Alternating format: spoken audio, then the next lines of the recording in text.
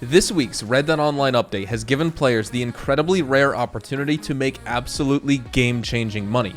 For new players, they'll be able to earn so much money to buy a full stable of horse stalls, fill them all with horses of their liking, unlock all weapons, and even work on buying several ability cards and upgrading them to the max tier 3. And for long-time players, it's still so much money to pass up, as normally this would take weeks, even for the most seasoned grinders out there. However, you'll be able to maximize money grinding this week with the new payout changes that double Red Dead Online collector set sales. Today on the show, I'll be walking you through my exact strategy that's putting me in a position to earn $25,816 in only about 14 hours of playtime. There's a lot to go over and you guys requested this, so strap in as we get started. If you enjoyed this video at any point, or if you just find it helpful, let me know by dropping a like on this video, and if you want to stay up to date and in the loop with everything Red Dead Redemption 2 and Red Dead Online, consider hitting that subscribe button with your notifications turned on.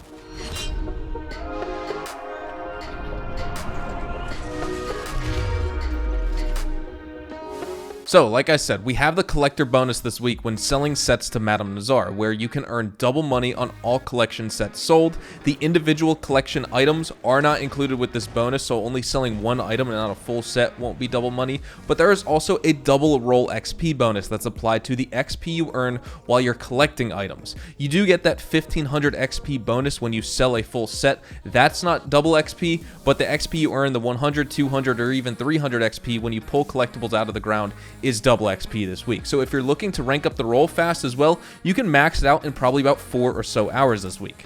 We have a general game plan here for earning almost $26,000 in game this week. Your task is to collect non-diggable items like the 4 tarot card sets, the family heirloom set, the antique alcohol bottles, bird eggs, and wildflowers. The diggable items you can also feel free to collect as well, but mind you, they were nerfed and they are RNG now, so don't focus on the coins, jewelry, fossils, or arrowheads. I don't want to dwell on the past, but in the Naturalist it was changed, and now you can't get a guaranteed set of those items per day.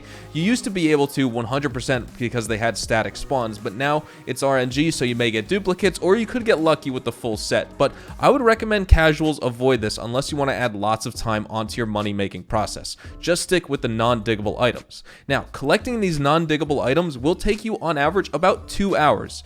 Now, if you're fast and the day cycle for each collection doesn't suck, you can do it in probably under an hour and 45 minutes. Sometimes it may take a little bit longer than 2 hours or maybe even 2.5 hours, but better to get it done earlier in the day as well if you can, as collectibles reset. For me, it's 7 p.m. Central Time US, and you don't want to get caught in the middle of your run with an item reset because you need each full day to take advantage of here. You'll be earning $3,688 per day, and that's only accounting for one set of wildflowers that you sell, by the way, because there's 3 sets worth of wildflowers that spawn on the map each day, and at the end of the week, that's $25,816 if you commit to this 2 hours of collector roll grinding per day. But how does one know all the item locations to collect this much? In the description down below is a link to the Gene Ropke collector map, which shows you each item's location, and it's updated in real time every single day. It's completely accurate to the collectible, and it provides lots of info on how to best go about your collecting route. Personally, I would recommend starting on the west side of the map in Gaptooth Breach over by the town of Tumbleweed and working your way east, then north through West Elizabeth, up into the Grizzlies, up by Coulter if there's items up there, and then start heading southeast through New Hanover, into Lemoyne, back into Saint Denis, and then finally north up the east side of the map up to Ansburg, and then finally heading west to gather up those last remaining collectibles if there are any in the Amberino area on the north side of the map, for example by like Wapiti and Calumet Ravine and places like that. Now, if it does help you, you can generate a route using the Gene Ropke map, and just to be safe, I would check items that you just collected off that map so there's no confusion, just in case you go to sell a set and you notice you may have missed some items because a set that you thought you collected can't be sold just yet. And for the real psychos and machines out there who are devoid of all human emotion and just want money, we have the advanced method where you're in charge of keeping crypts producing goods for trader as well as delivering moonshine. This is the strategy that I will be using this week just because I'm going to be trying to stream this collector grind as much as possible. And here's how it all works. You're going to be starting off your day by making sure your moonshine is ready to go and it's producing, and also Trader has a full stack of materials to work with, and you're going to gather those in any way you like. I prefer hunting legendary animals for the naturalist, but you may like free roam hunting just normal animals as well. Now, once those businesses are producing, both Trader and Moonshiner, you have about 50 minutes to collect, and I recommend you grab as many items as you can before you need to resupply Trader again at the end of 50 minutes when he produces 25 goods, and also after 48 minutes, your moonshine will be ready for delivery and you can deliver your first batch of moonshine. Then after this, make sure Trader and Moonshiner are in production again and start collecting for another 15-minute period and repeat until all your non-diggable sets are collected and you have a full Trader wagon worth of Trader goods to sell. In a 6-hour play session here, you'll have made $3,688 from collecting.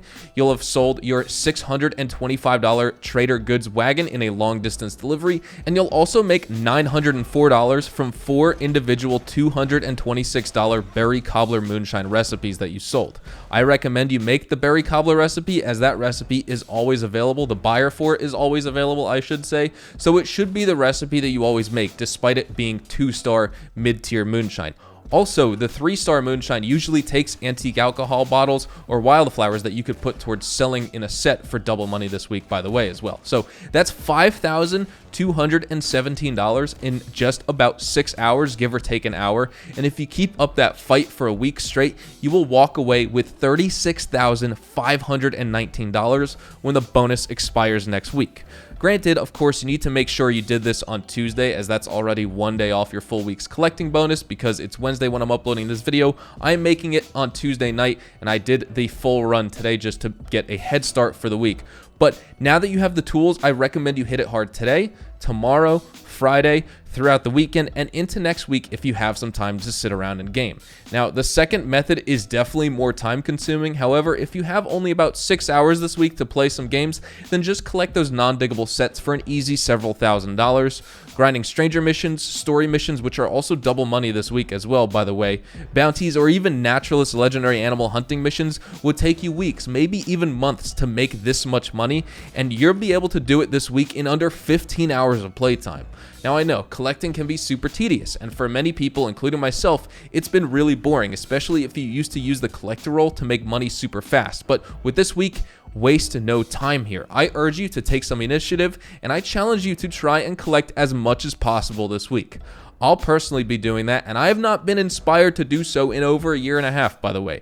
I haven't been able to stomach collecting myself in forever, and I would usually only grab items that I saw would pop up right in front of me, or I would notice the little smoke trail that indicates a collectible is nearby, etc. But this week, I am making it my personal mission to keep up to date fully with my Trader and Moonshiner businesses, while also collecting all non-diggable items this week as I race towards $400,000 in the bank and almost $600,000 earned over lifetime on PC since November 2019. So with all that said, though, I think we'll be wrapping things up right here. Thank you so much for watching, everyone. I would love to hear how much money you've made so far while collecting.